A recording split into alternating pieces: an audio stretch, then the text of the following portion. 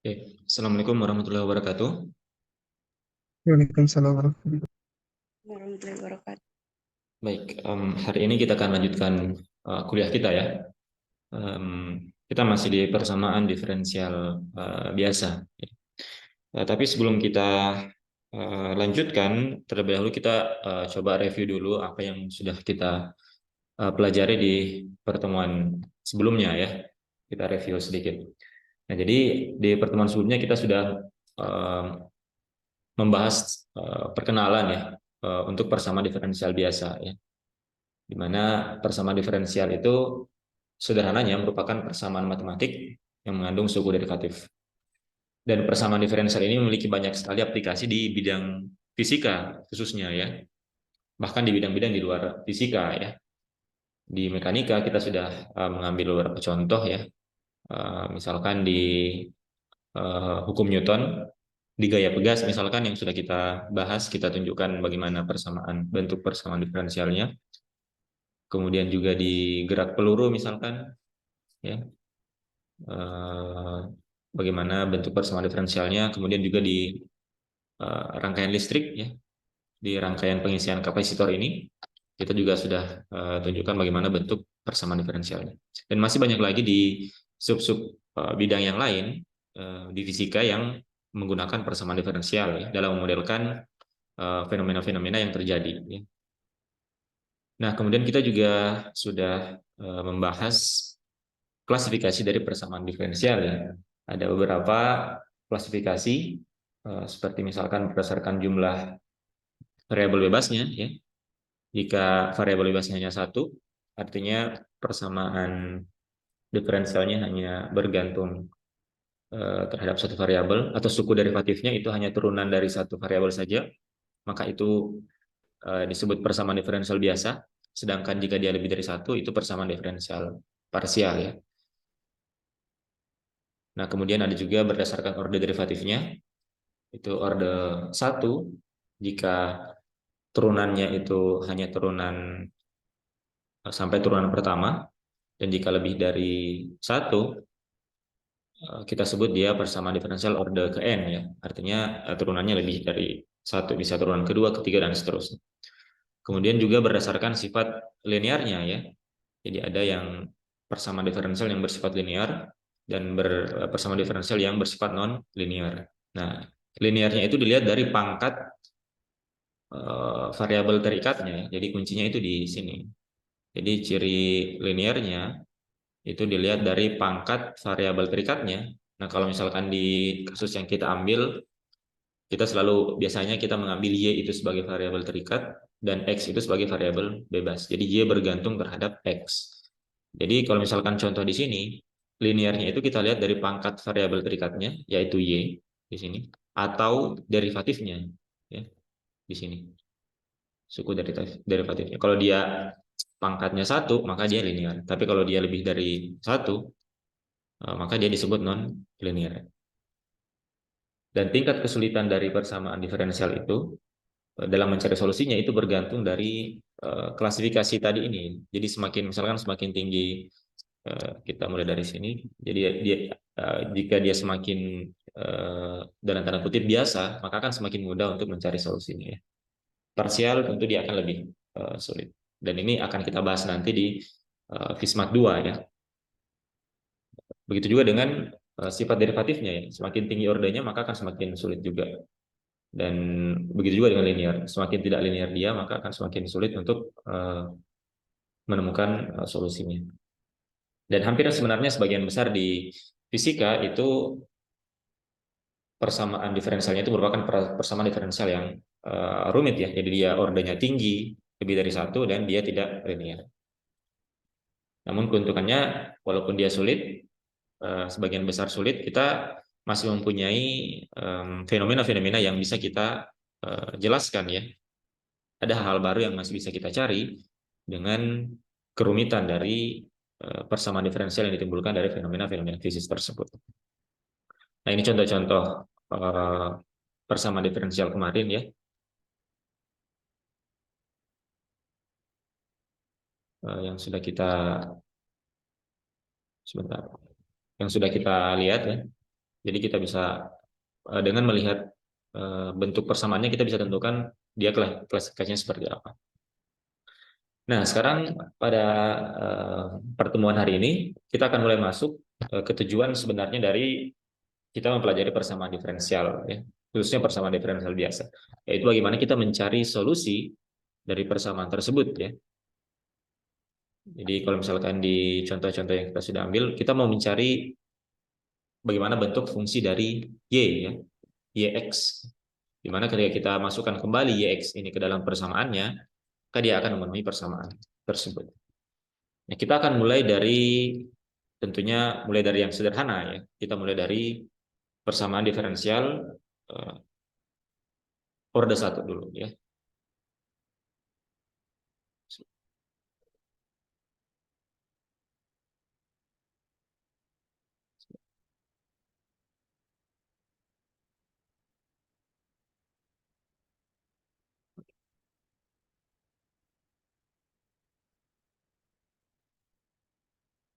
Jadi kita mulai dari persamaan diferensial biasa untuk orde 1, ya. Ya. Nah, kemudian kita pilih dulu untuk yang pertama, kita mulai dari yang PDB orde 1 yang bersifat linear, ya. Bersifat linear.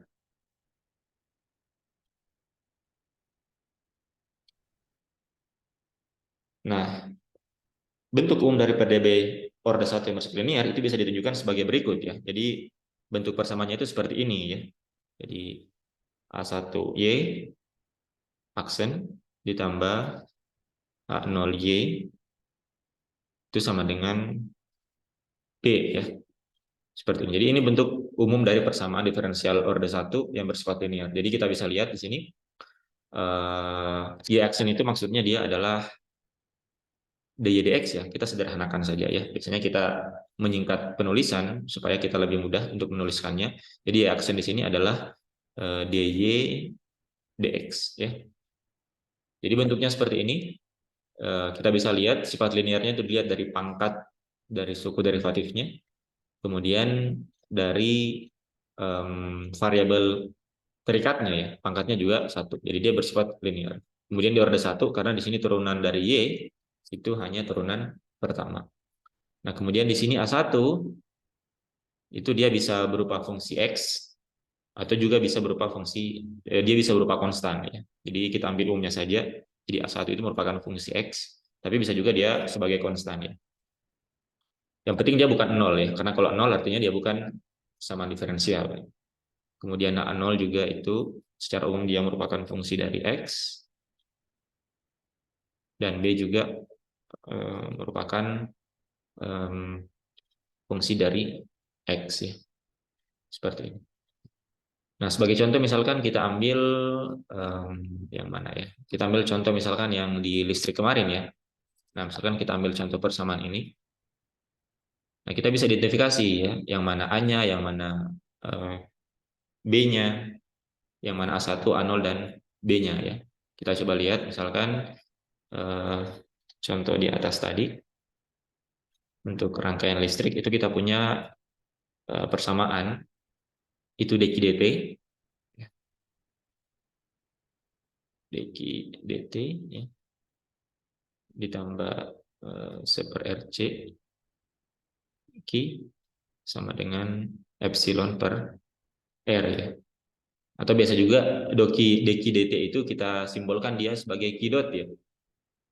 Kalau ini Y aksen itu do Y do X, biasanya kalau turunan terhadap waktu di mekanika kita biasa sederhanakan penulisannya menjadi Q dot, ya. Jadi biasa kita ganti dia sebagai Q dot.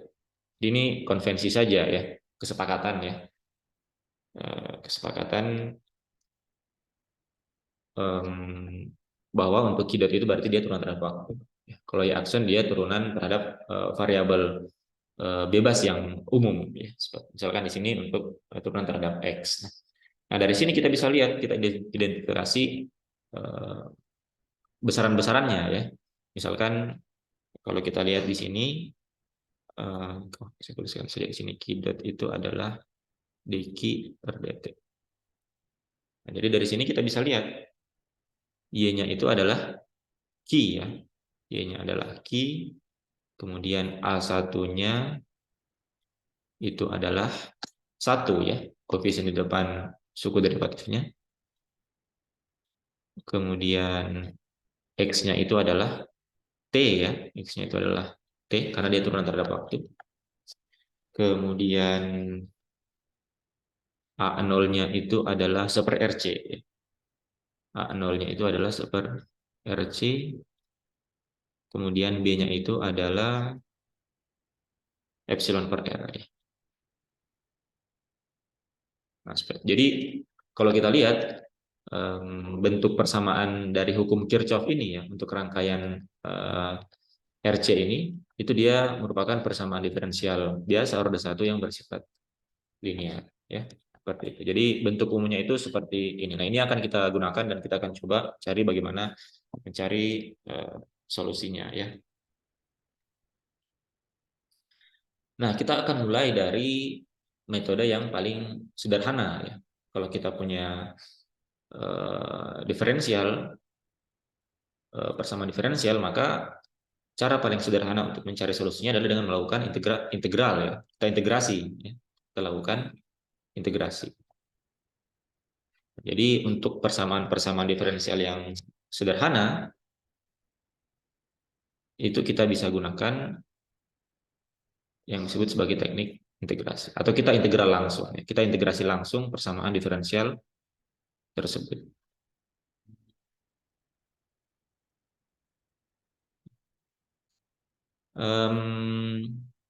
Nah, kita coba skip dulu contoh yang ini karena ini contohnya agak lebih rumit ya. Akan kita bahas di belakang sebentar ya. Nah, contoh sederhananya misalkan untuk gerak jatuh bebas ya.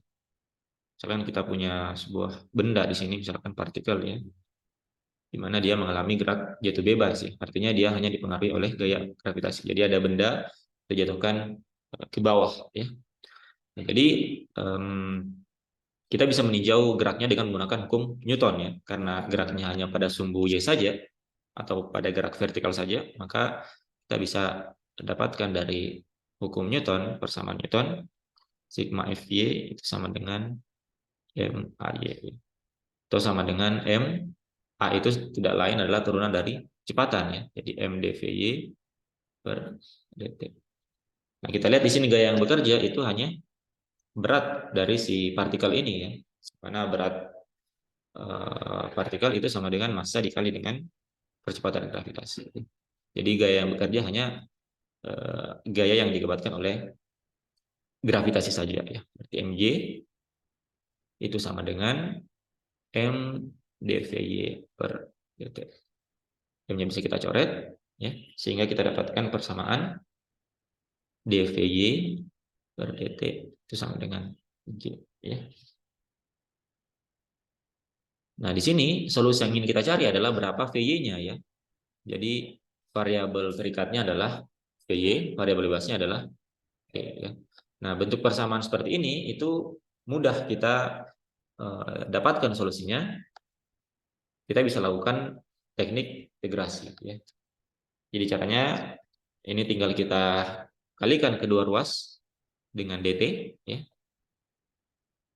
Maka kita akan dapatkan persamaan dVy itu sama dengan G dt. Kemudian tinggal kita integralkan kedua ruas ya, seperti ini. Misalkan kita punya batasnya di sini dV-nya dari 0 sampai V tertentu, kemudian di sini T-nya 0 sampai T. Nah, dari sini kita dapatkan ya dengan mudah integral dVy itu sama dengan Vy sama dengan ini sama dengan Vy misalkan ya, sampai di Vy itu sama dengan integral G dt itu sama dengan GT ya, batasnya 0 sampai T artinya GT dikurang 0, berarti Vy sama dengan GT ya. Seperti ini. Jadi dengan mudah kita dapatkan solusi untuk kecepatan ya. Jadi kita dapatkan kecepatannya itu bergantung terhadap waktu ya. Jadi semakin lama dia berada di udara, semakin lama dia jatuh, maka dia akan memiliki kecepatan semakin besar ya. Jadi dia bergantung terhadap waktu. Jadi kalau misalkan partikelnya kita jatuhkan dari sini, semakin dekat dia dengan permukaan, artinya semakin lama dia berada di udara. Artinya T-nya semakin besar, maka kecepatan di titik yang mendekati permukaan akan semakin besar. Ya. Jadi kita bisa dapatkan solusi dari persamaan diferensial ini dengan melakukan metode integrasi langsung. Ya. Nah, misal kita ingin lanjutkan, ya, kita ingin cari solusi dari posisinya, ya. Misalkan kita mau tahu setelah dia dijatuhkan, setelah berapa second itu posisi si partikelnya itu ada di mana, ya. Kita tinggal lanjutkan lagi persamaan ini, ya. Jadi ini bisa kita lanjutkan, misalkan kita ketahui bahwa V itu merupakan turunan dari posisi terhadap waktu, ya. Jadi kita bisa tuliskan VY sama dengan DY per DT, ya. Nah, sehingga persamaan ini itu bisa kita tuliskan menjadi DY DT itu sama dengan GT. Bagaimana kita tahu solusinya? Ya sama dengan yang tadi ya. Kita tinggal kalikan dia dengan DT. Ya. Kita dapatkan di sini DY sama dengan GT DT. Kemudian untuk mendapatkan solusinya, kita tinggal integralkan kedua ruas ya, seperti ini. Misalkan di sini dy-nya kita punya batas dari 0 titik ketinggian awal sampai y, misalkan kemudian ini dari 0 sampai t. Nah, sehingga kita dapatkan solusinya di sini berarti integral dari dy berarti y dikurang y 0 ya, itu sama dengan integral gt dt itu seper 2 gt kuadrat, seper 2 gt kuadrat ya. Kita masukkan batasnya 0 sampai T berarti seperdua GT kuadrat dikurang 0 ya, seperti ini. Atau kita dapatkan solusi Y-nya sebagai fungsi T itu sama dengan Y0 ditambah seperdua GT kuadrat ya, seperti ini. Nah, jadi dengan mudah kita dapatkan persamaan gerak dari gerak jatuh bebas dengan menggunakan metode integrasi. Saya kira ini mudah ya. Seperti ini. Jadi syarat untuk melakukan teknik integrasi ini adalah bentuk persamaan diferensialnya itu harus sesederhana mungkin, sehingga dengan mudah kita bisa integralkan langsung suku-suku yang ada di dalamnya. Ya. Seperti contohnya misalkan gerak jatuh bebas. Nah, namun tidak semua tentunya persamaan diferensial itu bisa diselesaikan dengan teknik integrasi ya. Membutuhkan cara yang lain ketika bentuk persamaannya itu sudah menjadi lebih rumit ya. Misalkan contoh yang tadi, misalkan contoh untuk persamaan dari hukum Kirchhoff ini ya, rangkaian listrik ini itu dia tidak sesederhana gerak jatuh bebas ya, persamaan yang didapatkan dari gerak jatuh bebas, sehingga dia membutuhkan metode yang lain. Nah, maka muncullah metode yang kedua. Metode kedua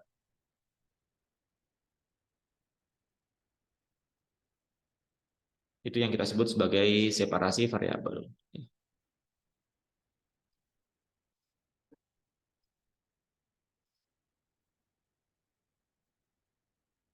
Atau pemisahan variabel. Ya. Nah, ide utamanya adalah kita memisahkan variabel-variabel yang sejenis ya. Jadi kalau misalkan ada y dan x, kita kumpulkan variabel y dalam satu ruas, dia terkumpul semua yang ada y-nya kita kumpulkan ke situ, dan yang x-nya kita kumpulkan di ruas yang lain ya. Jadi artinya kita pisahkan, baru kemudian kita lakukan integrasi ya. Nah, misalkan dari persamaan bentuk umum persamaan tadi dari sini ya, kita coba tuliskan ulang ya. Misalkan saya coba tuliskan ulang di sini bentuk persamaan umumnya A1Y aksen ditambah A0Y itu sama dengan B ya, seperti ini. Nah, kita coba sederhanakan bentuk persamaannya, misalkan kedua ruas ini kita kalikan dengan seper A1 ya. Misalkan kita kalikan dengan 1/1. Jadi kita mau buat koefisien di depan y aksennya itu 1 ya, konstan. Nah, berarti kita dapatkan persamaannya menjadi sekarang y aksen itu ditambah A0 per A1, Y sama dengan Y per A1. Atau bisa kita tuliskan menjadi Y aksen ditambah AY sama dengan C, ya. Di mana A di sini itu adalah A0 per A1, kemudian C itu adalah B per A1. Jadi kita definisikan ulang ya, supaya memudahkan penulisan. Nah, di mana tentunya A dan C ini dia secara umum merupakan fungsi dari X ya, dari X.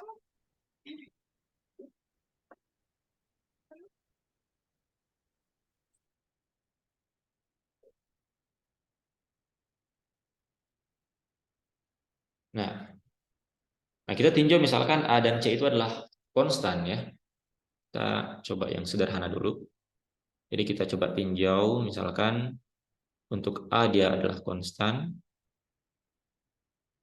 dan juga C adalah konstan ya. Jadi dia bukan merupakan fungsi X ya. Nah, sehingga kita bisa tuliskan sekarang persamaannya itu menjadi, kita bongkar saja y aksennya jadi dy dx ya. Itu sama dengan ay-nya kita pindahkan ke ruas kanan ya. Itu sama dengan C dikurang ay seperti ini. Nah, kemudian di sini kita lakukan separasi variabel. Misalkan kita tentukan yang punya suku atau kita punya variabel y itu kita kumpulkan di ruas kiri dan yang x semuanya di ruas kanan. Sehingga kalau seperti ini, artinya kita bisa lakukan, kita kalikan kedua ruas itu dengan kita lakukan dengan dx ya, dx per c dikurang ay. Nah, sehingga kita dapatkan sekarang persamaannya bentuknya menjadi ruas kiri kita kalikan dengan dx per c dikurang ay, dx-nya kita bisa coret, kita dapatkan dy per c dikurang ay. Kemudian di sini sama dengan suku yang di kanan itu tinggal dx saja ya. Jadi kita bisa lihat di sini semua yang punya variabel y kita kumpulkan di ruas kiri. Nah, dengan asumsi C dan A ini merupakan konstan ya, jadi bukan merupakan fungsi X. Kalau dia fungsi X tentunya ini masih mengandung variabel X di ruas kiri. Tapi kita ambil dulu C dan A-nya sebagai konstan. Kemudian di ruas kanan itu hanya ada variabel X saja. Nah, baru kemudian setelah itu kita integralkan ya. Kita baru integralkan seperti ini.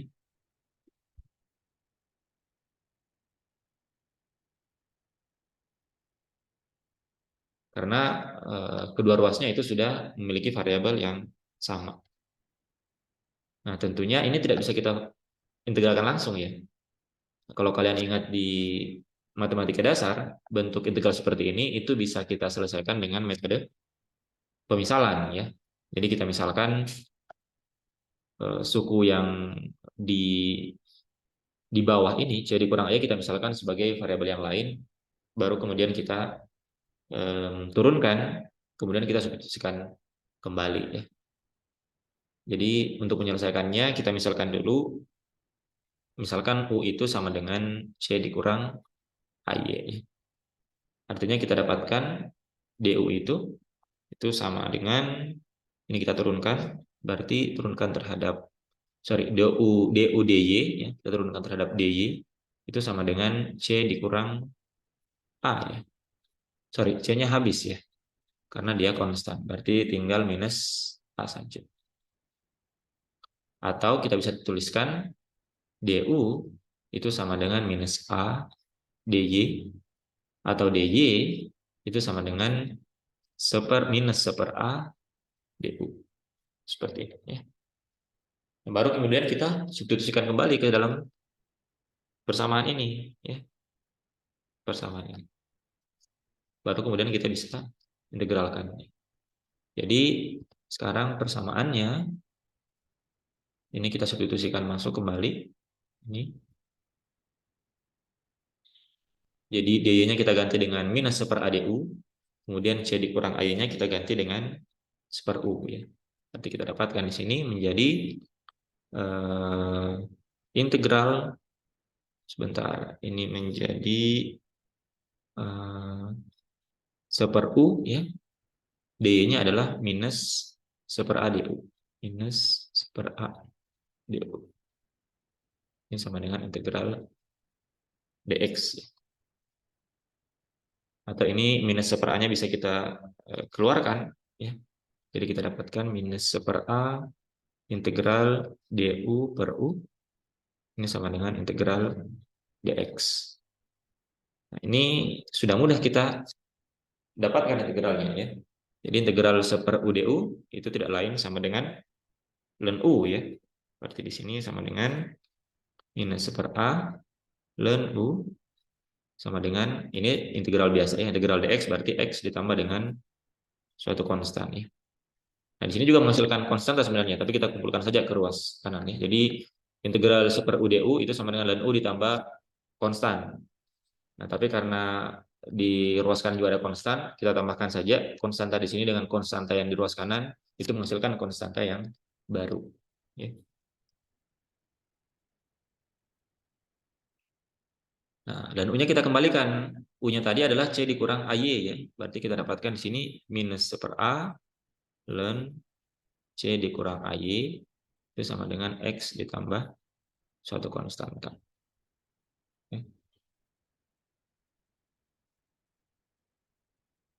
Nah, kemudian A-nya bisa kita pindahkan ke ruas kanan ya. Kita dapatkan ln C dikurang AY itu sama dengan menjadi minus AX ya, ditambah dengan, kita misalkan minus A dikali dengan K itu menghasilkan konstanta yang baru ya. Misalkan saja keaksen ya. Di mana keaksen itu sama dengan minus A dikali dengan konstanta yang tadi. Dari sini kita sudah bisa sederhanakan ya untuk mendapatkan solusi dari Y-nya. Di sini ln C kurang AY sama dengan minus AX ditambah dengan keaksen ya. Artinya C dikurang AY itu sama dengan E berpangkat minus AX ya, ditambah keaksen seperti ini ya. Atau bisa kita pisahkan dia menjadi E berpangkat minus AX ditambah E dikali dengan keaksen ya. E berpangkat keaksen. Nah, E keaksen ini karena dia berpangkat konstan, artinya dia akan menghasilkan konstanta yang baru lagi. Misalkan kita ambil saja E keaksen itu sama dengan B misalkan. Sehingga kita bisa tuliskan di sini persamaannya menjadi B E berpangkat minus AX.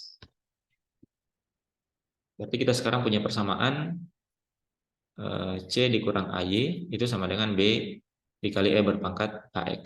Nah, ini tinggal kita pindahkan saja ya untuk mendapatkan solusi Y-nya. Berarti di sini min AY atau AY-nya kita pindahkan ke ruas kanan ya, ininya pindahkan ke ruas kiri. Berarti kita bisa dapatkan AY itu sama dengan C dikurang B E berpangkat minus AX. Berarti Y yang merupakan fungsi X itu sama dengan 1/A dikali dengan C dikurang B E pangkat minus AX. Seperti ini. Kita dapatkan solusinya. Seperti ini. Kita pakai ini.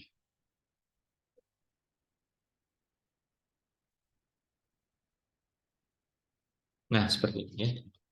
Nah, jadi kira-kira seperti itu metode separasi variabel ya. Jadi bagaimana kita memisahkan ya.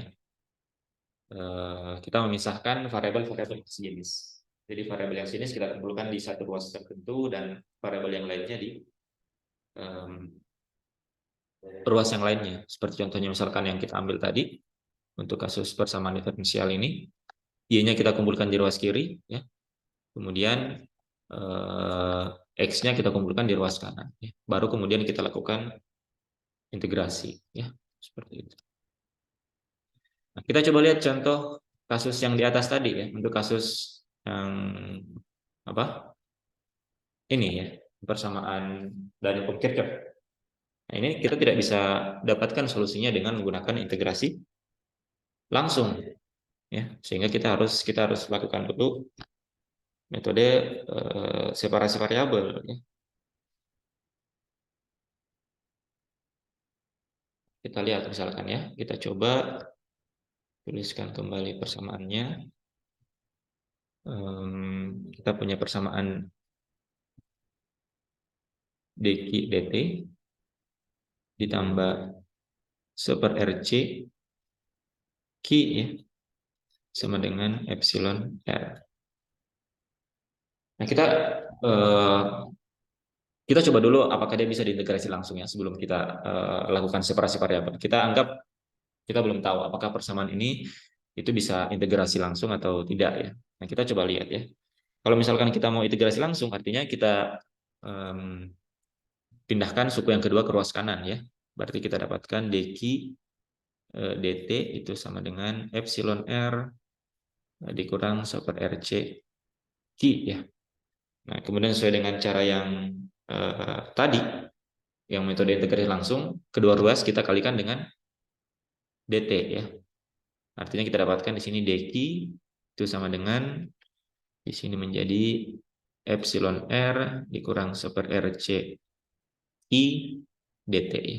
Nah, baru kemudian kita integralkan. Ini kalau kita gunakan metode integrasi langsung. Nah, apakah dari sini kita bisa dapatkan Q-nya?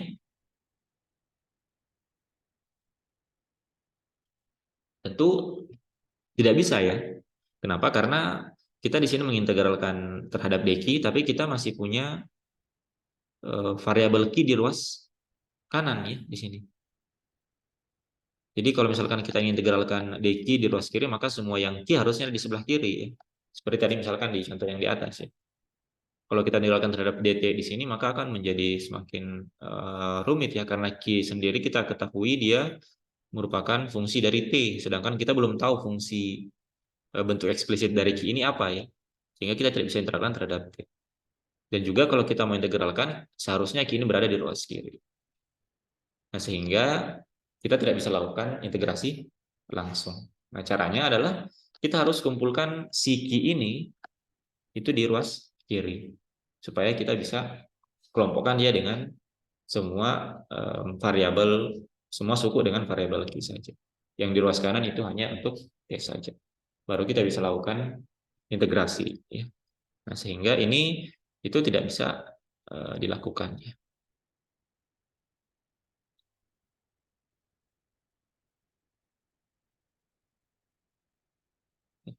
Kita tidak bisa melakukan metode integrasi langsung karena persamaannya cukup rumit, makanya kita butuh melakukan yang disebut sebagai separasi variabel. Nah, bagaimana caranya? Kita mulai sebentar. Nah, dari persamaan ini ya, dari sini atau saya tuliskan kembali saja. Jadi dari sini sama, kita suku derivatifnya kita kumpulkan dulu di ruas kiri ya. dq dt ini sama dengan berarti epsilon R itu dikurang seper rc Q ya. Nah, di sini sebagaimana yang kita lakukan di di contoh sebelumnya di separasi variabel. Nah, kedua ras ini kita tidak kita kalikan hanya terhadap dt saja ya. Karena kalau kita hanya kalikan dt maka akan menyisakan suku ini. Maka kita kalikan dengan dt per epsilon per r dikurang Q per rc ya, seperti ini. Nah, sehingga semua suku yang ini itu habis di ruas kanan ya. Sehingga kita sekarang dapatkan bentuk persamaannya menjadi di sini menjadi dq ruas kiri menjadi dq per epsilon per r dikurang Q per rc. Kemudian di ruas kanan itu tinggal menyisakan dt saja. Nah, ini kita sudah kelompokkan ya. Semua variabel Q itu berada di ruas kiri, sedangkan yang di sebelah kanan, ruas kanan itu hanya T saja. Sedangkan yang epsilon, R, dan RC ini kan kita tahu dia merupakan suatu konstan ya. Jadi nilainya sudah diberikan di soal ya. Jadi nilai tegangannya, nilai hambatannya, dan nilai kapasitornya itu sudah ditentukan, dia merupakan suatu konstan. Jadi yang merupakan variabel hanya Q saja. Nah, baru kemudian di sini kita bisa integralkan. Ya. Jadi kita integralkan kedua ruas. Nah, sama dengan contoh sebelumnya, tentunya suku yang di ruas kiri ini tidak bisa kita integralkan langsung ya. Jadi kita harus melakukan metode pemisalan ya. Jadi kita misalkan sama seperti tadi. Ya, misalkan U misalkan itu sama dengan epsilon per R itu dikurang Q per RC. Ya. Artinya dari sini kita bisa dapatkan DU per DQ itu sama dengan minus seper RC ya. Karena yang per epsilon per R ini hanya konstan saja. Artinya dari sini kita dapatkan bahwa DU itu sama dengan minus seper RC DQ ya, atau DQ itu sama dengan minus RC DU ya. Nah, baru kemudian kita substitusi masuk ini ya. Ini kita. Nah, baru kemudian yang ini kita substitusi masuk ke dalam persamaan di sini ya, bentuk integralnya. Jadi DQ-nya kita ganti dengan minus RCDU, kemudian yang ini kita ganti dengan U. Baru kemudian kita selesaikan integralnya. Oke, karena waktunya tinggal 1 menit, kita istirahat sebentar, kemudian nanti kita akan lanjutkan di sesi yang kedua. Ya. Jadi saya tutup dulu. Assalamualaikum warahmatullahi wabarakatuh. Waalaikumsalam.